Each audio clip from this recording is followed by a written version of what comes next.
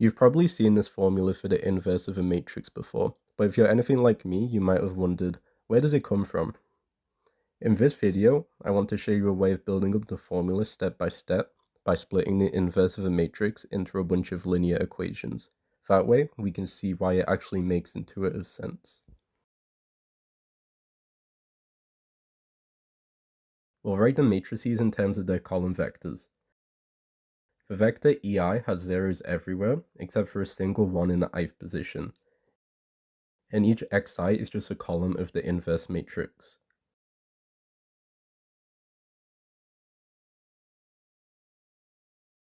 We'll hone in on a specific xi, and due to the rules of matrix multiplication, this corresponds to the EI column vector on the right-hand side. When we multiply this out, the rules of matrix multiplication tell us that we can combine terms into a single summation. That's going to be very useful soon. Now here's the key trick. Define a new matrix Aij. It's matrix A except that the jth column is replaced with EI. Furthermore, we can replace EI with the summation we found in order to simplify further. The determinant of this matrix holds the key to finding our inverse.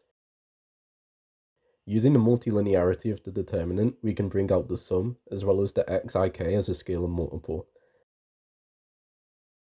There is a great video linked in the description for anyone unfamiliar with these properties of the determinant. Here's the key observation. Whenever k does not equal j, two columns of the determinant are identical, which means the determinant is 0, so the whole sum collapses to just a single term. This leaves us with the determinant of aij being equal to xij times the determinant of a, and we can now rearrange this for x. So what is this determinant? If we expand along the jth column, we find that it equals minus 1 to the I plus j, determinant mij, where mij is the minor of the matrix. That's just the cofactor Cij. Substituting this back in, we can see that the entry of the inverse has the form xji equals 1 over the determinant of a times Cij.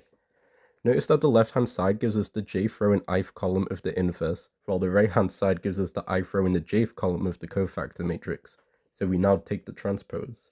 The transpose of the cofactor matrix has a name, the adjugate matrix. And now everything clicks into place.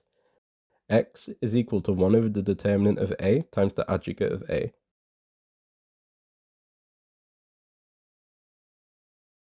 And this is the formula for the inverse of a matrix. Thank you so much for watching. If you found this helpful, consider leaving a like, and if you like tutoring, feel free to email me at alfiothomsonuni@gmail.com.